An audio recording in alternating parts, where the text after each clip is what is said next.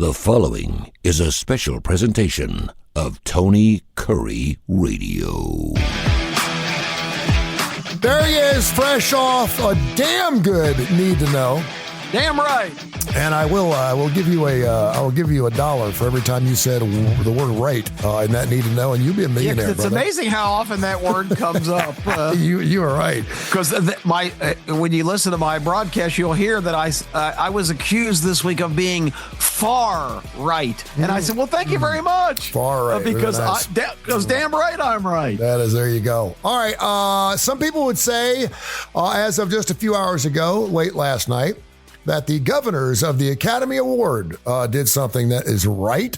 Did you hear what happened late last night? I did not. I was kind of in my own little world last night. Tom Cruise has been honored with an Academy Award from the 2025 Governors Awards.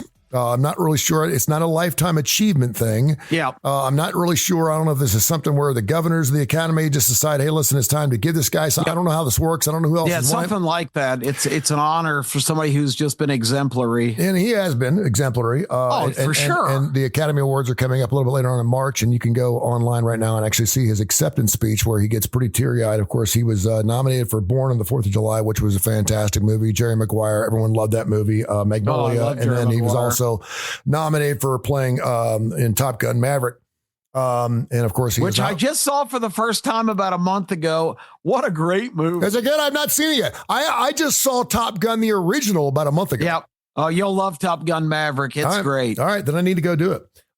So I see this and I'm thinking to myself, in sports, and we've been faithful enough, without a Greco, whenever there's a Super Bowl, I can have a Super Bowl appearing player Aldo Greco, not Super Bowl winner. I can't say Super Bowl winner, and I know that would mean the world to him. God, so close. Stopped really at the 1 inch line. Oh my gosh. And I really know how much that would mean to him in his career. In his entire career, he would sit there and look at you straight in the eye and say, damn it, if I could have that Super Bowl ring, my life would just be so much better. And he's, obviously he's married, he's got kids, he's remarried, his life is good. He's a good Christian man. But to have that Super Bowl, to be that close. And also, as I mentioned to him when we had him on the show, to be denied because they could have tied the game if the guy gets in. Theoretically, Al would have had maybe a chance in overtime to kick us winning Super Bowl and be immortalized forever. He would have denied him his destiny. And we've seen a lot of those kicks in Super Bowls go the wrong direction. And Aldo Greco, I'm pretty sure, would have made good on that one. Yeah, Norwood for Buffalo, 47 yards to the Giants. Yeah, it couldn't happen to a better guy too. Because I just love him, and I would love to see Al's him. a great guy. He really is. There's a lot of good things of doing the TV show, but I didn't really know Al very well until we had him on. And we've had him on 3 times because we have him on every Super Bowl, and so hopefully this will be the 4th this time. But and we had him on to begin the season too. Yep. But Al is a terrific guy. He's a super guy. So whenever you can preface somebody by saying Hall of Fame announcer Kip Keefer or Super Bowl winning announcer Kip Keefer, that just puts you in a different realm. It does. And so what I was thinking, different stratosphere. And I don't think there's any doubt that Tom Cruise, whether you like him or not, I really don't know why people don't like Tom. I know the whole thing on the couch, the Scientology thing, and that's not related. No, again, it goes back to what I just talked about. If he wants to be a Scientologist, that's his right. He's one of the greatest actors we've ever had. Period. A Few Good Men. Go watch that movie. Tell me he's not one of the greatest actors. Period. Oh. And I know he's been part of a lot of blockbuster movies. A lot of people say, well, if you're a blockbuster movie, you have to do some type of thing. Where the 4th of July was not really considered a blockbuster movie, but a movie where he had to transform himself into not looking like Tom to play that role. I think that was probably his best shot, and it was really early in his career. So I'm trying to think musically, athletically, artistically, who are some people who are the best of the best in their craft that have not reached the top of that mountain? And just how important is it that Charles Barkley never won an NBA title? Did you realize that Ty Cobb never won a World Series? I did not. I should have, because he played for Detroit, which was not usually a really good team in that era. But yeah, I didn't realize he never got there. Barry Bonds, 7. Oh yeah, I knew that. 7 MVPs, seven MVPs. Barry Bonds' best shot was his last year with the Pirates, the infamous Sid Bream play at home plate. Where Barry basically had a throw out Sid Bream at the plate from deep shortstop and just threw a weak 3 and hopper. Sid Bream ran like a slow white Bronco. It was I remember hearing who was making that call on the Atlanta Braves network. Skip Carey. Braves win. And he's like, it was like slow motion. It took forever for Sid to go around third and get to home plate. It took forever for Barry to pick it up. His hand from barely in the outfield grass. I mean, should have been able to roll the ball in and get him out. I've got that call somewhere. It gives me goosebumps just to think about that. Oh yeah, Skip. Skip was a great announcer. Ted Williams never won. I'm throwing some out here if you can think of some. That Dick Butkus, Bo Jackson, Karl Malone. Wow. What a list. Elgin Baylor. John Stockton. There's another one that I was thinking of. That him and Malone played on the same team, of course. And Barry Sanders. Jazz could never get there. Talk about Barry Sanders all the time. Steve Nash. Well, and I know we're talking about this now, but if Lamar Jackson doesn't ever not only go to he hasn't been to a Super Bowl yet, but if he don't ever win a Super Bowl, he's going to be one of those guys where I think his legacy could be defined by whether he wins a Super Bowl or not. You could say whatever you want about Patrick Mahomes and about the Steve Youngs and even about what's his face for the Pittsburgh Steelers who won 4 Super Bowls. Bradshaw and wasn't one of the greatest quarterbacks we've ever seen. Dan Marino certainly in that lick, but I'm sitting there thinking to myself, or Josh Allen, another guy that that game was unbelievable. Dan Marino is interesting. He in his rookie year he takes the Dolphins to the Super Bowl, and then he played another 17 years. He never ever got back.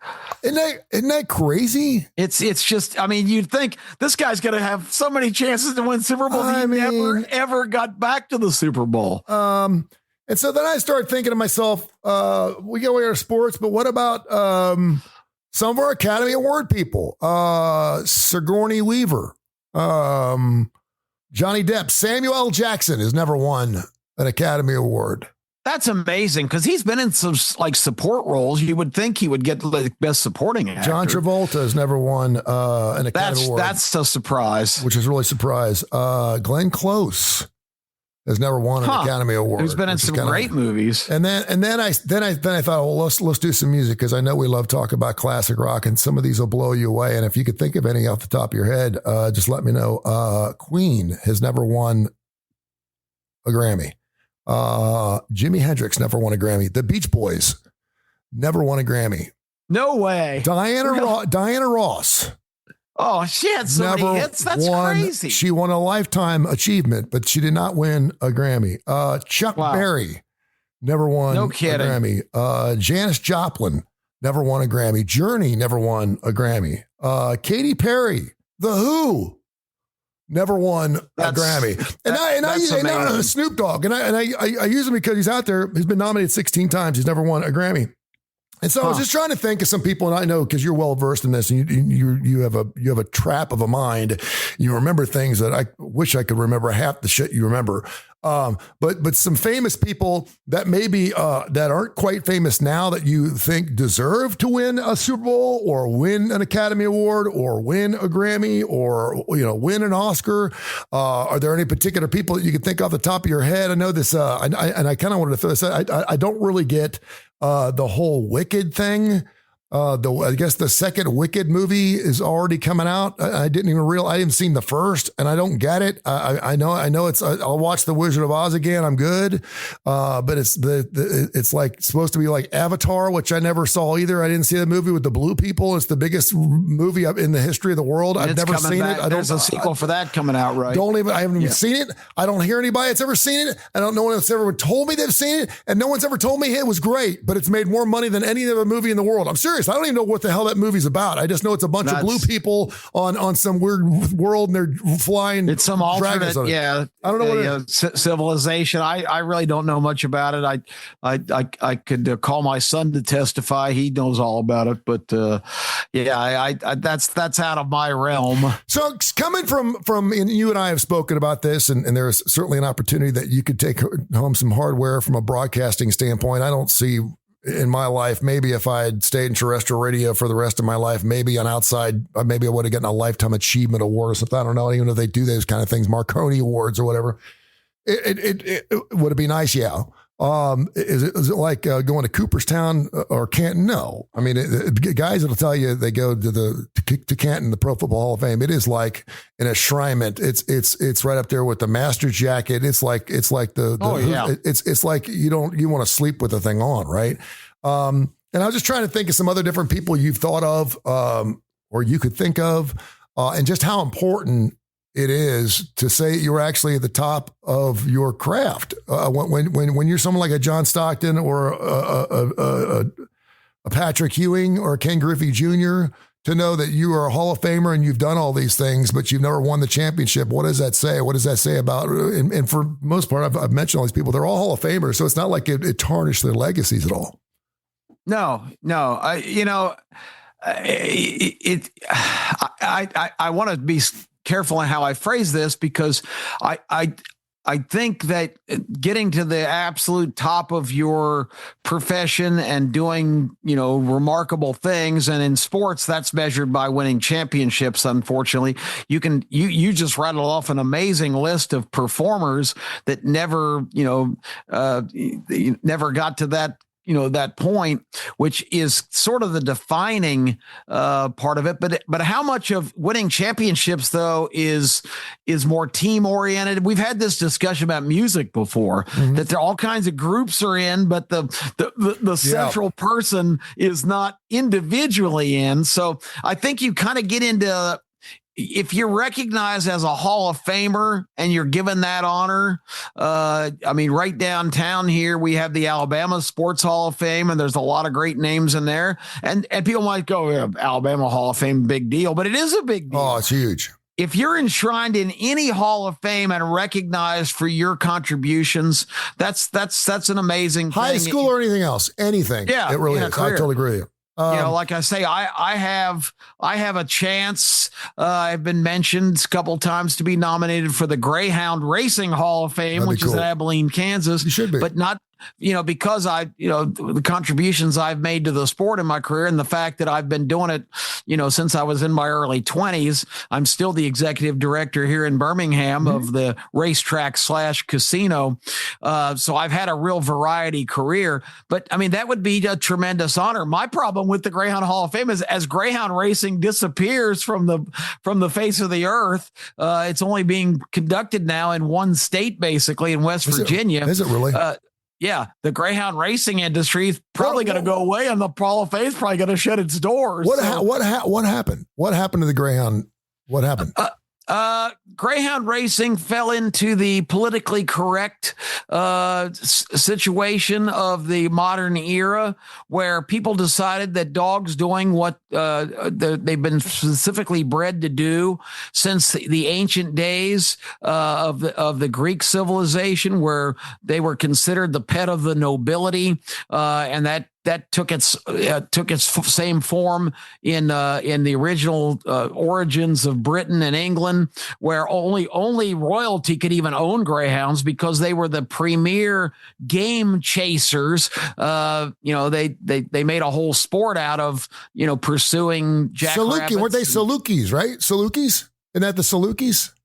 A Saluki is a relative of the purebred greyhound, but greyhounds, the greyhounds specifically, and the term greyhound isn't because they're gray. In fact, there's no such thing as a gray greyhound. Gray was the closest to the Greek word for gaze, Gaze, and it was when the English took on the next mantle after Greek civilization fizzled out, they called them greyhounds because that was the closest pronunciation to gaze hounds from the old Greek language. So because they chase by sight, they don't chase by smell, they don't chase by instinct. They see something running fast and they go after it. That's what they do. They've been bred to do this, Tony, for thousands of years. This is a long answer to your short question, but the extreme left in this country decided that it was cruel to these dogs, to kennel them, and to, that they're mistreated, and there was a bad period. And it's one of the reasons I've made a huge contribution to the sport, because up until probably the 1960s, a lot of the people in the business, when a greyhound's career was over, a lot of them were euthanized way before their time, because the whole regard for animals has changed, and I think that's a good thing. Sure. I think animals should be celebrated and revered, but there was a time where animals were just kind of beasts of burden in this country. So the tradition until about the early 70s, where a lot of greyhounds, when their careers were over, unless they were good enough to be kept for breeding, had careers and bloodlines for that, a lot of the run-of-the-mill dogs that retired were put down, and that was an abomination that had to change if greyhound racing was going to thrive. And by the time I got into the business, I became one of the leaders in our industry to completely change that and start greyhound adoption, because the old wives' tale that these dogs didn't make good pets was total BS. They're great pets, and you become the talk of the neighborhood if you're strutting around with your racing greyhound. Oh man, they are great. They're great pets. They're so really. I actually accepted award on behalf of the industry after about 10 years of this campaign, that we had reached the point of 100% adoption of retired greyhounds in 1984. So that is one of the things to really hang my hat on. And it's one of the things I'm proudest of to have contributed to this industry, because, I mean, we had to get rid of that old mentality and bring the sport in. But even with that, one by one, states started to decide that, and they bowed to pressure. And as more leftists got elected, they were able to basically get the sport declared illegal in their states. Florida had 17 tracks. They did a constitutional amendment. They had to get 60% of the votes to win, and even led by, and this how things cross over. I'm a big Trump family supporter, of course, because I think he's done a great job, but his daughter-in-law, Lara Trump, and a bunch of other people deciding that greyhound racing was cruel to the animals, got that referendum passed, and 17 tracks in Florida disappeared overnight. So that's basically what's happened to our industry. It's still legal in Alabama, but we have not had it here for several years. Yeah, just say, when was the last time you ran a dog race out there? It was in March of 2020, right when COVID hit, and the track suspended operations for racing until July or August that year. They had just introduced the new machines, and management decided it would be too expensive to start back up because the business levels had declined to such a small percentage. The live action though is so good. I mean, it was so good. It's just to have that live action was just it was fantastic. Yeah. I mean, what about the Iditarod? How the hell is that thing still going? If they're talking about, that's talk about cruelty to animals. Jeez, dude. I mean, that's another animal that's been conditioned and is comfortable with doing that. But nobody shut that down. So yeah, that's and they don't even have any snow anymore to sleigh on. I mean, they're basically sledding through mud. Because I mean that's crazy. And horse racing is having to endure it too. In California, a couple of years ago, they had some bad conditions at Santa Anita and had a bunch of breakdowns of horses in races, and there was a huge movement to outlaw horse racing in California. But horse racing's got one advantage that greyhound racing didn't have. Horse racing's still a multi-billion-dollar sport and still a big deal, so they were able to fight it off. The greyhound industry didn't have the wherewithal and the finances to be able to survive the political onslaught. I'm still trying to figure out how Trent Dilfer has a Super Bowl ring, and Yeah, that's and a great. And Dan Marino doesn't have one. I don't know how the gods work. I really don't. God's got his own plan. I know his plan's perfect, but you look at a guy who just lost a UAB gig, his first job in college football. He got his $2.4 million. He's happy. I'm happy for him, but he's got a Super Bowl ring, man. And there's a lot of guys like that. Brad Johnson has a Super Bowl ring. Brad Johnson has a Super Bowl ring. I mean, come on. I mean, And we're sitting there, we're born and raised to understand that the quarterback touches the ball every snap when he's on offense, and he's the most important part. And we're not going to, I can also sit there and say Jay Barker won a national title by going 8 of 23 for 37 yards or whatever his numbers were. I mean, same for Buck Ballou for Georgia. I think he had a terrible game in that game again. Only completed 8 passes, but one of them was a 92-yarder to Lindsey Scott in the last 30 seconds of the game. Buck Ballou, what a great guy, by the way, Buck Ballou. Buck's a good guy. He's a good interview. Queen has never won a Grammy. It's just amazing to me, and I think like people like Chuck Berry, Kiss has never won a Grammy. It just seems like there's sometimes it depends on what part of your life you're in. Like music right now is so much different than it used to be. I mean, we got people, Beyonce's won like 30 something Grammys, and there's people out there that like Janis Joplin's never won a Grammy. Come on. I mean, but does somebody like Beyonce just win every year because she's Beyonce? It seems to me like it doesn't matter if she, sings the ABC song. Oh, that's a Grammy winning performance. Because she did some kind of country album last year and won a bunch of stuff for that. And I applaud her going different directions. I think that every artist should have the guts to do that. Once again, we're back to our word conservative. If you're conservative and keep cranking out the same old stuff, Taylor Swift.